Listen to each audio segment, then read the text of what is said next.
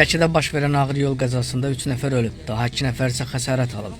Hadisə Oğuz-Şəki avtomobil yolunun Şəkinin Oraban kəndi ərazisindən keçən hissəsində baş verib. Hərəkətdə olan Kia və Vaz 2107 markalı avtomobillər toqquşub. Qəza zamanı avtomobillərdə olan 3 nəfər aldığı ağır xəsarətlərdən hadisə yerində ölüb. Daha 2 nəfər isə müxtəlif dərəcəli ağır bədən xəsarətləri alıblar. Yaralılar Şəki rayon mərkəzi xəstəxanasının təcili tibbi yardım şöbəsinə yerləşdiriliblər. Yaralılara ilkin tibbi yardımlar göstərilir. Ölən və yaralanan şəxslərin şəxsiyyəti dəqiqləşdirilir. Daxili İşlər Nazirliyinin mətbuat xidmətindən bildirilib ki, faktla bağlı cinayət işi başlanılıb. Araşdırma aparılır.